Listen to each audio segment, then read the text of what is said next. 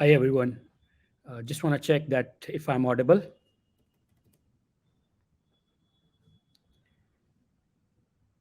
Hello? Yeah. Okay. Thanks, Gaurav. Just one small correction that my name is Anuj Modi, not Anju. I've been called earlier as well. But just to, on a light note, that my name is Anuj Modi. So thank you, everyone, for joining Hashi Talk.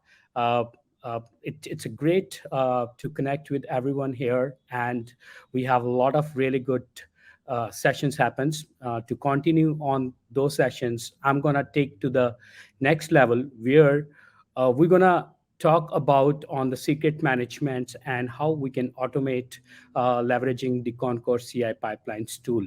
So a little bit about myself. My name is Anuj Modi, and I'm a solution architect at Cisco Systems. I closely work with the global partners and helping them build services around observability and AI ops. Uh, Along with that, I actually help them build their uh, ecosystems, right? Where we help them to the partners to build, do a lot of POVs and POC, and that's where we were working with them to help building their automations, leveraging the Concourse and the Hashicorp Vault, and I'm gonna walk through this in the upcoming slides. Uh, I'm having more than 20 years experience. I've been author of a book on Cisco UCS solutions. I have presented at multiple conference, and below some of my coordinates. Let's get started here. So simple agenda, I'm keeping it right. This is uh, starting from the HashiCorp Vault basics, and then we'll talk about something about why the concourse. And one of the requests that if we want to build something for any partner or for any customer, right, how do we can start the journey? But we are not looking any kind of development. We are looking at productions grade cluster environment. So that's where I have put it into three main parts here: deploying the Kubernetes cluster, which is where you can build the whole architecture. The second, we're gonna build the Vault production server. It's not the dev servers, but yes, you can do test with the dev servers. And then the deploying the Concourse CI, so which will be integrated with the Vault, and we will talk about this in upcoming slides.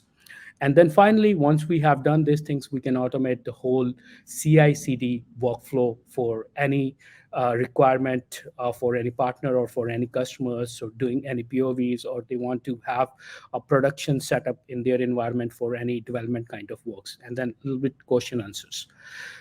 Okay, so let's get to the basics. So one of the thing is that most of the partners, right, they do work with a lot of eco partner systems, and within that, these developers, they do authenticate with multiple products. And one of the key requests from that is that they get to authenticate these applications with the third party tools and products. So here, if you can see an examples, I have put it in a product called Thousand Eyes .com, which is a Cisco's product used for the customer digital experience monitoring. So if I want to access this product, right, and want to integrate with my ecosystems, I would need to have a token to access that applications. And normally this token is actually put it in inside the codes, inside any of the codes. If you see that this code can be put it normally into a plain text and embedded into the codes, but that's not uh, a recommended way to do any programming. So it can actually can a risk for any organizations who is building such kind of product. So there's a multiple way to overcome this. That's where we're gonna look into that. And some of the challenge we can think about if we are doing this API authentications. The first thing is that we embedded this into the source code as a plain text. And if we are putting this as in a plain text, anybody can have access to this, and they can do anything. So if you anybody get access to this of the code, right, so they can do anything on the platform. So the other thing, normally when any developers write any codes, right, so they push the code into the version control system. It can be a GitHub or it can be any other version control system. So if you are publishing your repository into the GitHub or anything, right, it is not on a recommended topology, so that anybody can go into your public repository and can get access to that product and can do anything into the codes. And another one of the challenge is that if you have a number of developers in your organizations and you want to, one of the developers may not able to authenticate or maybe has doing something wrong with the programming, right? There's no way that you can audit the authentication mechanism. So that's where some of the challenges where real enterprise organizations are facing. They are not able uh, to keep a good audit trails of the authentication mechanism.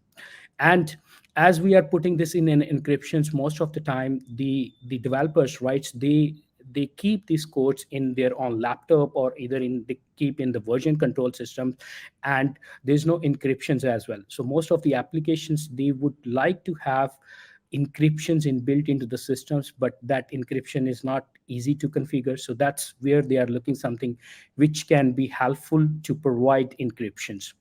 And another challenge is the common challenge is the token get expired. So you have hundred of developers, right? So your system admin may be able to provide you the token, and if he has to provide the tokens, he gonna spend a lot of time to create the new tokens for every developers, and then when this token get expired, he has to renew these tokens. So there is a lot of operation heads for doing the overall secret management. That's where the Hashicorp Vault comes and helps us to do the complete secret management. The first thing, it's a complete a cloud agnostic and API driven secret management platform that safely store and manage sensitive informations. So the couple of use cases about the HashiCorp Vault is one of the main thing is that it does your complete secret management. The secret management, it can be your password, it can be your tokens, it can be your certificates, it can be any database credentials or anything. So you do not need to keep all these sensitive informations in your laptop or in your uh, any repository. The HashiCorp Vault provides you that complete centralized management.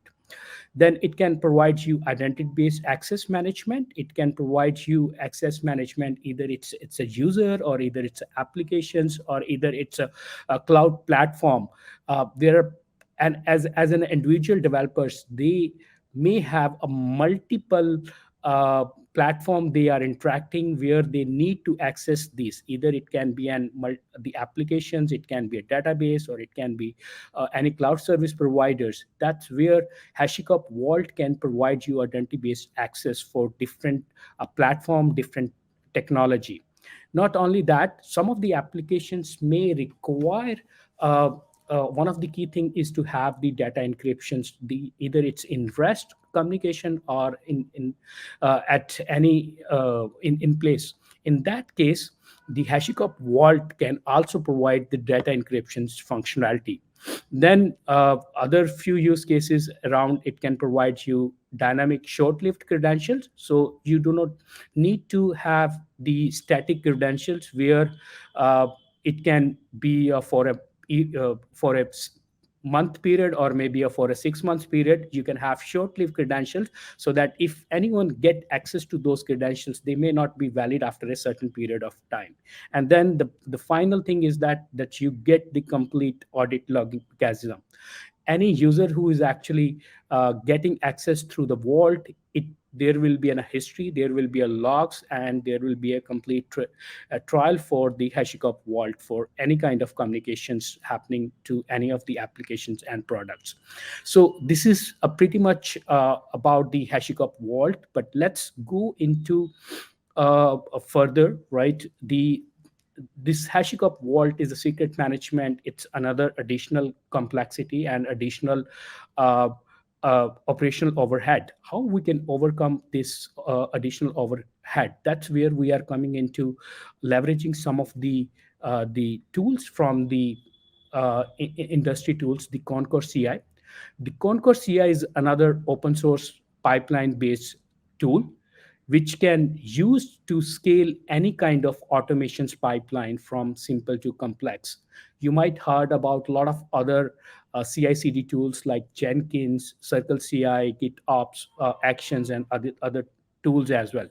But Concourse is another platform or tool which can help you not only providing you simplicity, but it can provide you scalability as well.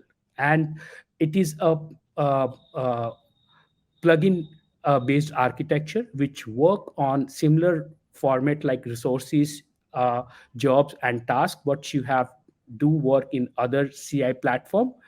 And the it provides you the ephemeral container where you can run your task. So if you want to do any task on any of your development task, right, it will create the ephemeral container on the fly, and once the task is completed it will go away, so that you are not consuming any resources when you are not doing anything. It leverage Postgres as in a backend database, and it can provide you complete automated the pipeline, and you can see the whole progress either through the CLI or graphically. And one of the biggest thing is that it's easy to troubleshoot. So Concourse can help you to integrate your uh, secret management Hashicorp Vault to the pipeline, and then you can execute your task directly with uh, your choice of any ID platform. So we're going to see these things how this can actually work. uh, so let me just take you to how these things will happen when you integrate your HashiCorp Vault with the Concourse. As in a the application developers, either it's any devices you want to access any applications database or any other platform, with these integrations, right, you can actually do automatic task. It can provide you continuous testing and continuous deployment access without any manual interventions.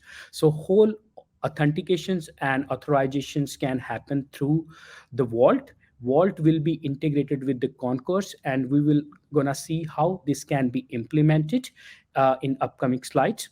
So before I go to that, this is how it will look like. If you could see the Concourse CI uh, GUI, where you can have your resources, and these resources will be uh, can be, it can be your version control system, it can be any other resources. You can define your custom resources as well into the Concourse, and then once you have the resources available, then you can create your own jobs. Within these jobs you can create your multiple tasks. When task can be anything. Let's say you want to maybe execute a small script where you want to create maybe a new tokens, or maybe something you want to create, you want to modify any existing services on this. So whole thing this can be built on the Concourse platform. And uh, how we can build this, so I'm gonna talk about this in upcoming slides. So uh, the first thing is that if you wanted to build whole architecture, you're gonna need to have the Kubernetes cluster. How I have done these things, I have actually leveraged uh, one of the AWS platform, where I actually deployed a Kubernetes cluster leveraging one of the uh, Kubernetes deployment platform called Kops.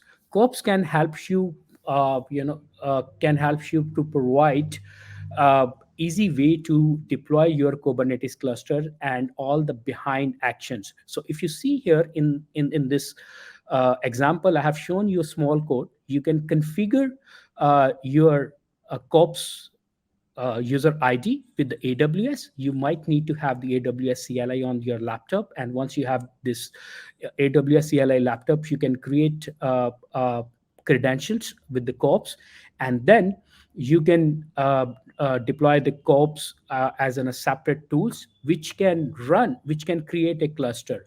So if you see here, these scopes can create a cluster. You can provide some of the variables, the names, and you can define which service provider you want to leverage. The corps can work for any service provider. It can be Google, it can be Microsoft Azure. However, I have used AWS, but you can use any cloud service provider. And then you can define which particular regions you want to deploy this tool. So once you have deployed the Kubernetes cluster, the next step is to deploy the Vault in as in a production server. So for deploying the Vault, you can simply run any simple Vault uh, uh, uh, configurations files. But what I'm doing here, I'm using the ham charts, which is provided by the Hashicorp Vault. This ham chart can provide you many functionality, including if you want to set up your own DNS, right? If you want to set up your own HA availability, and then you can modify the ham chart configurations files, and then you can download this ham chart, Vault ham chart, which is available.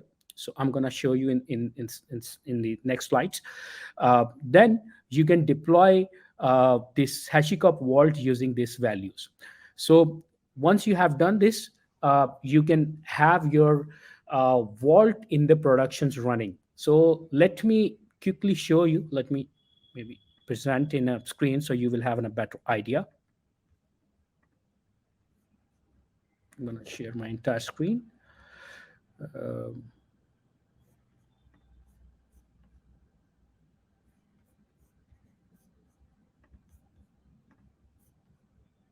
okay.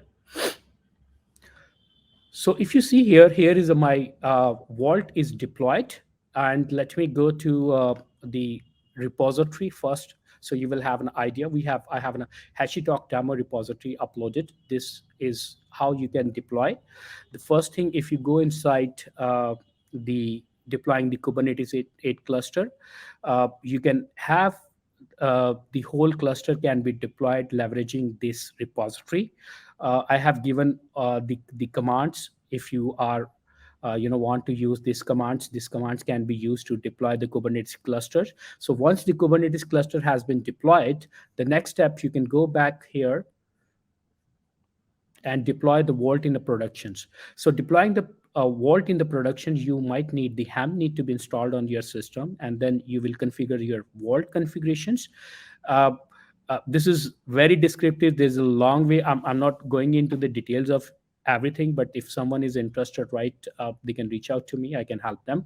But once you have done, you will see this dev vault cisco live demo.com is deployed, and then you can do the configurations of the concourse, which is here.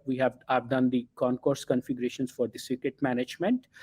You can have the access. You can create a multiple authentication mechanism.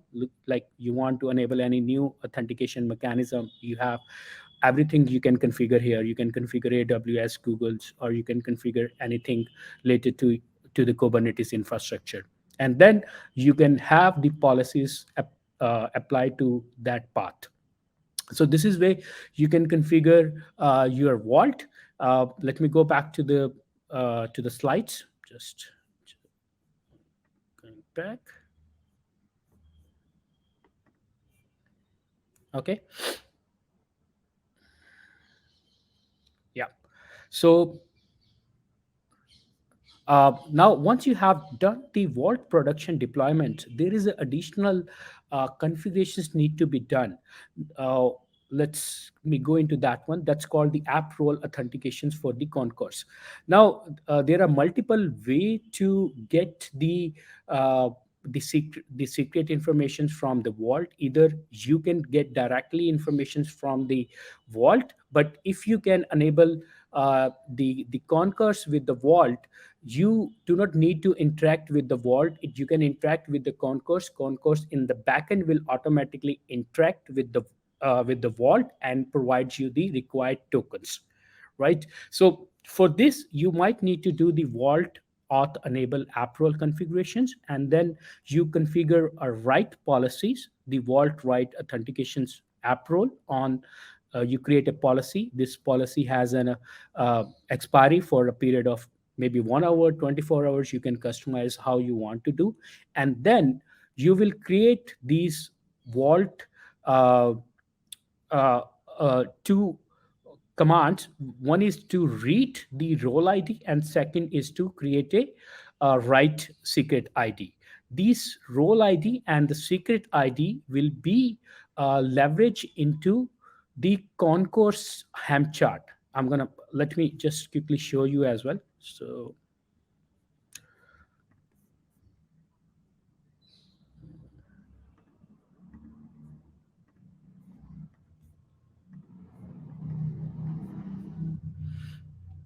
if you go here, uh, this is here.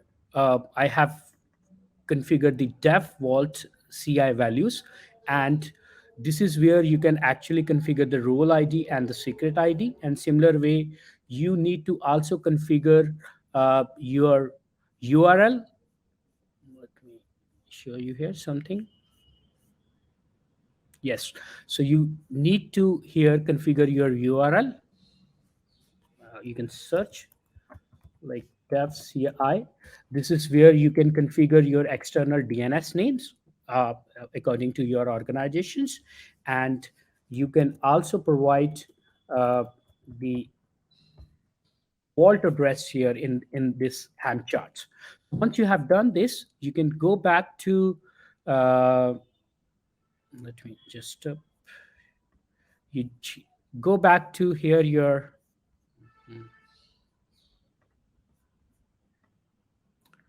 yeah. So you go back to here your next deploying the concourse. You will have similar way ham chart downloaded for the concourse, and you will add the repository of the concourse, and then you will run this ham chart command using this uh, sorry uh, this values with this, and where this values will where you will be having the vault configurations shown into that.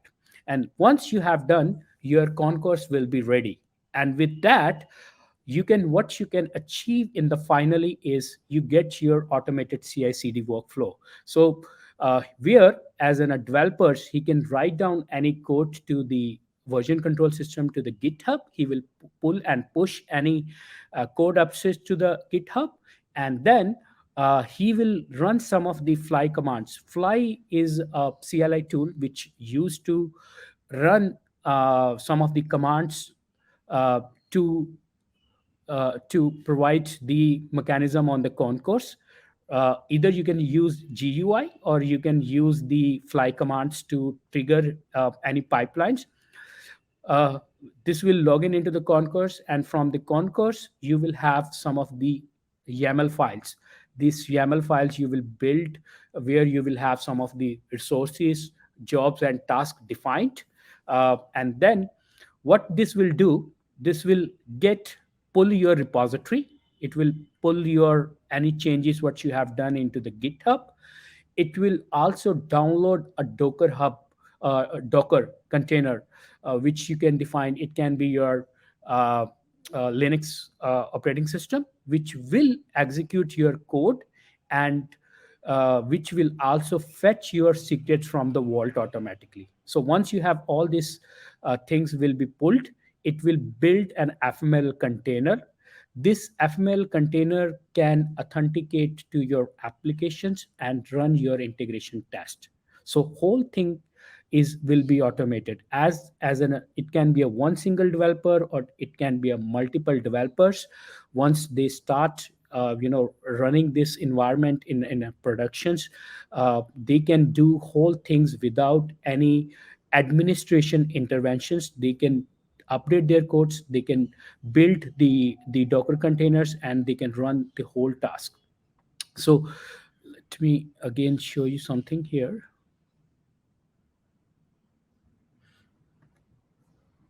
I'm switching between the screens. So like here, you will have this is your concourse deployed on that, and if you go here, you can go to the Git resources, right? So that you can get all the Git resources into your system, and then you have your lab prepared, right? Here you can go, you can execute some of the task into the lab, and if you want to execute the task, you can click on the rerun task, and then if there is any issues, you can troubleshoot from here, or you can go back to your to your system, and you can run from here as well. So uh, this is pretty much from my side, right? I'm open for any questions. Let me know if there are any open questions, or if you have any queries, let me know. Thank you very much for your time.